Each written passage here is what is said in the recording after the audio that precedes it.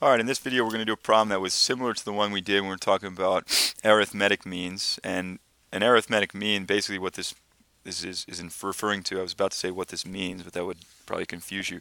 An arithmetic mean or a geometric mean is what this problem is asking us is to find the missing numbers here. So you can see we have a bunch of missing numbers between 12 and 3/8. Here's how we can do it. We can find the common ratio first and then just fill in the blank. So here's a really simple example. Simpler than these. Let's say we skip something and then we have 200 and then we have 2000 and so on. Well, you can probably tell from looking at that we're multiplying by 10. But how can you actually find that? Well, think about it. I multiplied by something and then by something again. So I multiplied by r and I multiplied by r again. What's another way of saying r times r? You could say r squared. And what does r squared have to be? Well, I multiplied 2 by what number to get 200? That's another way of saying what's 200 divided by 2? And the answer is 100. So r squared would equal 100. That means r must be 10. So we're going to use the same idea right here. So I multiplied by r to the first, r to the second, r to the third, r to the fourth, r to the fifth. So we know that r to the fifth is going to equal this thing divided by divided by 12, and dividing by 12 is like multiplying by 1 over 12.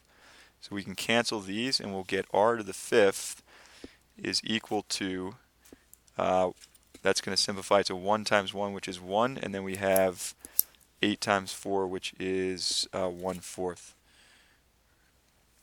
or rather 1/32, not 1/4. So we have 1/32. Now we can solve this by taking the fifth root of both sides. And the fifth root of 32 is 2. So the common ratio here is 1/2. So now we just have to go down the list multiplying by 1/2. So half of 12 is 6. Half of 6 is 3.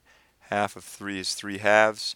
Half of 3/2 is 3/4. And half of 3/4 is 3/8. See if you can pause it and try the next one. So here we have r to the first, r to the second, r to the third, r to the fourth, and once again it's r to the fifth power. R to the fifth equals this number divided by that number, and that's 3,125. When we take the fifth root of both of these, we get 5 for r. So we'll multiply each of these by 5. So that times 5 is -10, times 5 is -50, times 5 is -250, times 5 again is -1250, and that's how we find the geometric